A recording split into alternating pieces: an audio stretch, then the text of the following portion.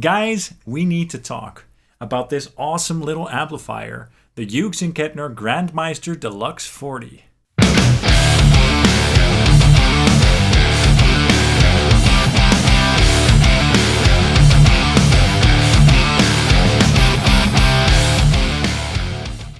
Hey guys, John here from Sonic Drive Studio. I hope you're all doing well. So today I want to take a look at one of my favorite medium output and size amplifiers. Of course I'm talking about the Hughes Kettner Grandmeister Deluxe 40. Now anytime people ask me what my most all-round amplifier is, I usually say the Grandmeister Deluxe 40 because it's an amplifier that's capable of a whole lot of things and it does those things very well. Note that this is not a sponsored video, as I bought this amplifier myself on the used market a couple of years ago. It's still in great shape, as you can see, but the previous owner did put some different power tubes in there, some tongue soles I believe, but I don't know if that even makes a difference tonally at all. Anyway, it's a pretty compact little amplifier.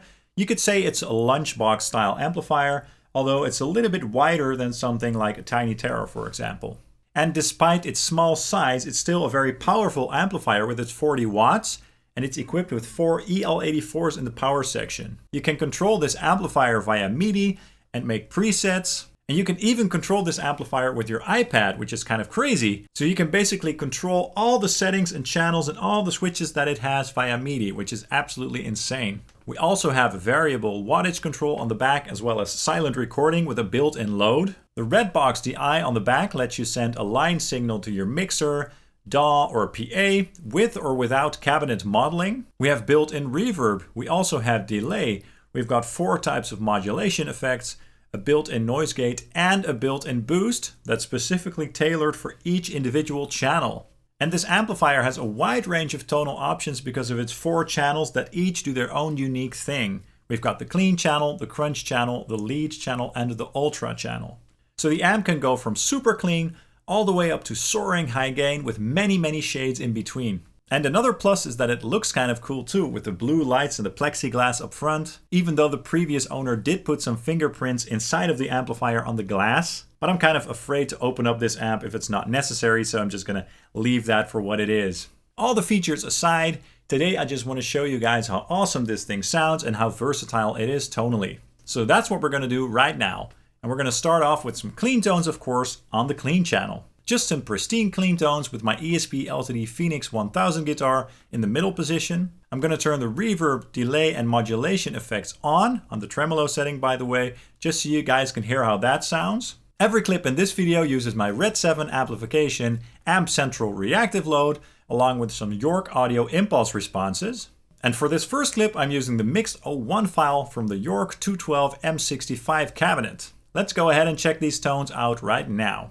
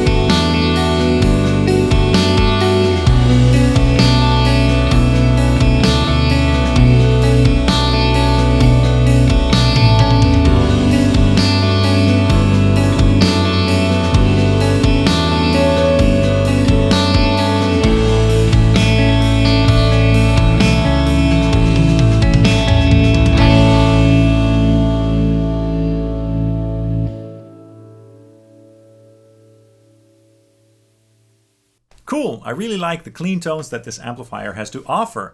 Now let's also check out these tones in an isolated setting.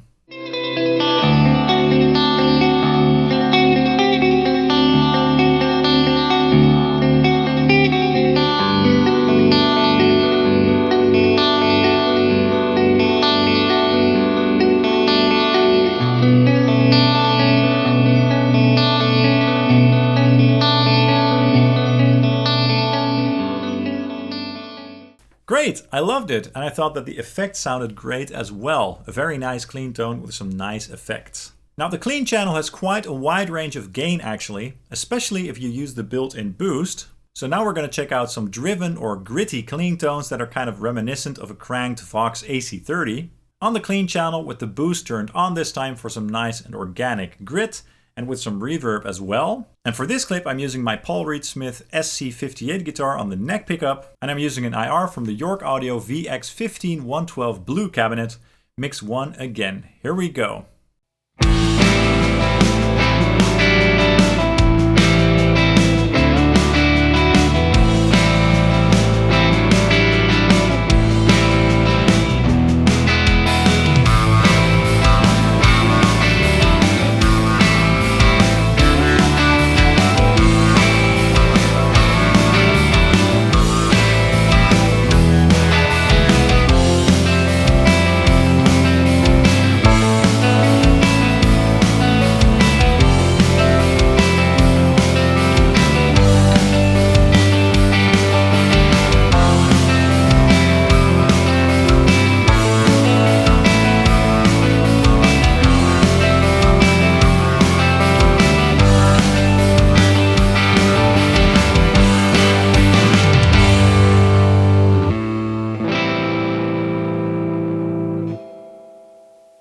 Very nice. Now let's also take a listen to those tones in isolation. Here we go.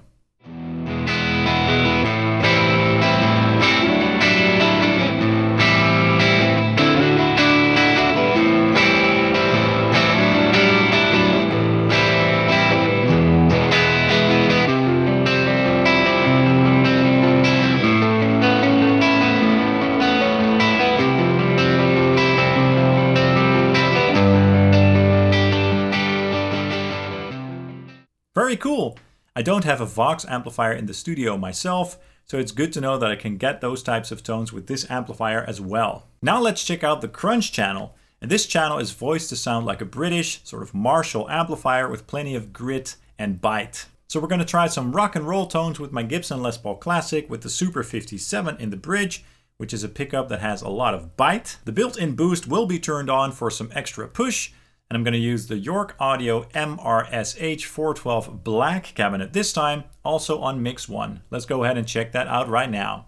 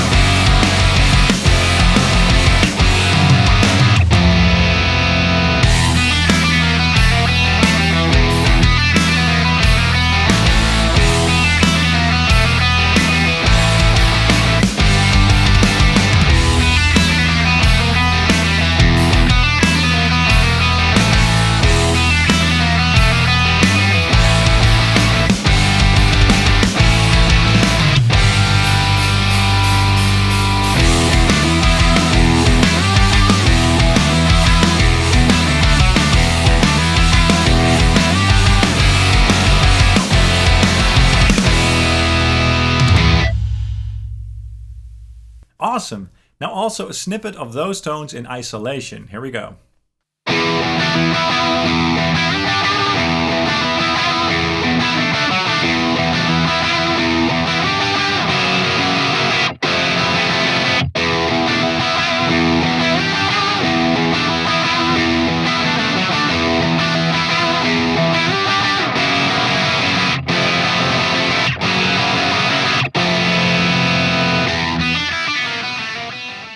Great! So that was a very nice crunchy, mid-forward, growly and gritty rock and roll tone. Really nice and sort of compact sounding with plenty of bite and clarity. But now let's move on to some heavier tones with the lead channel. And this is where the amplifier really gets into high gain territory. So we're going to try this channel out with some heavy rock riffs again on my PRS SC58, but this time on the bridge pickup. And this time the built-in boost is turned off because I prefer the sound of the lead channel without the boost for these riffs. And for these tones, I'm going through the York Audio MES212 V30.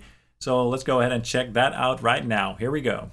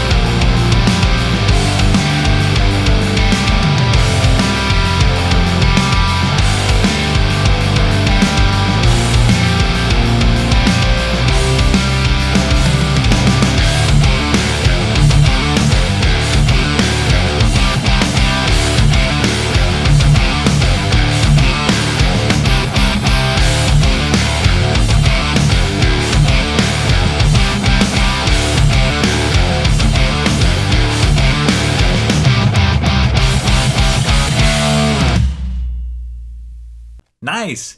And now some of those riffs in isolation as well.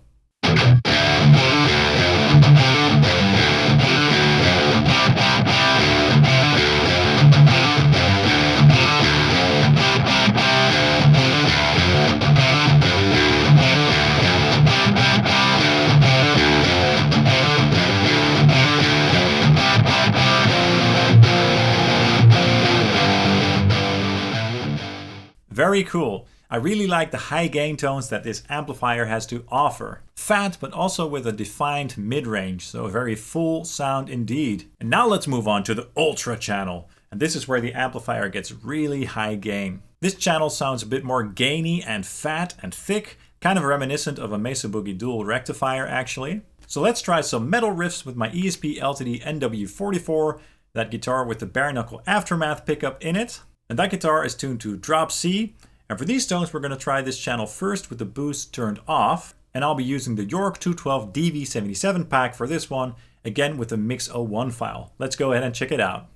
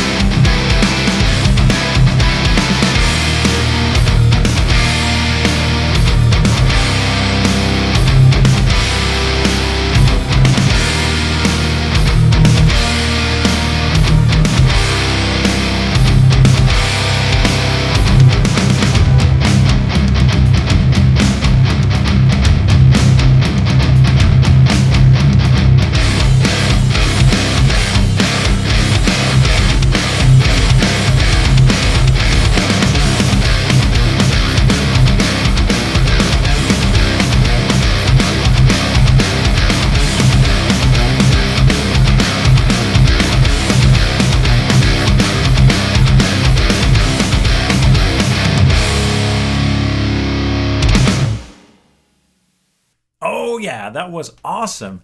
Now also some of those riffs in isolation.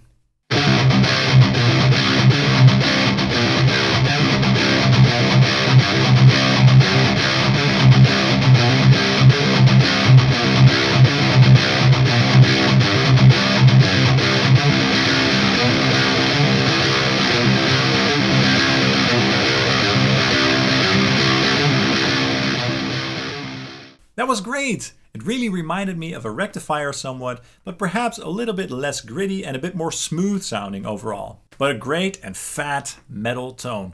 Really cool. Now let's also try this channel with some down-tuned baritone riffs in drop A flat with my ESP LTD EC-401B Baritone guitar. But now we're going to try the Ultra channel with the built-in boost on for some extra gain and extra push. And this time I'll be using the York Audio MES412OS cabinet, also on Mix 1. Here we go.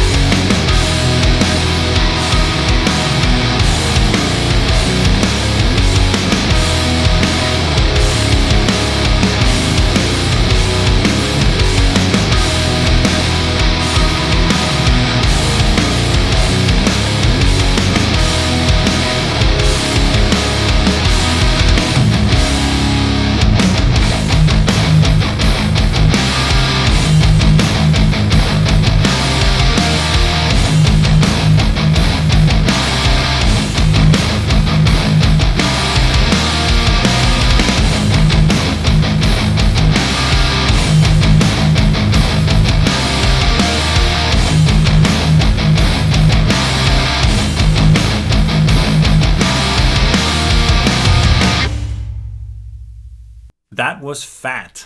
Now also some isolated riffs.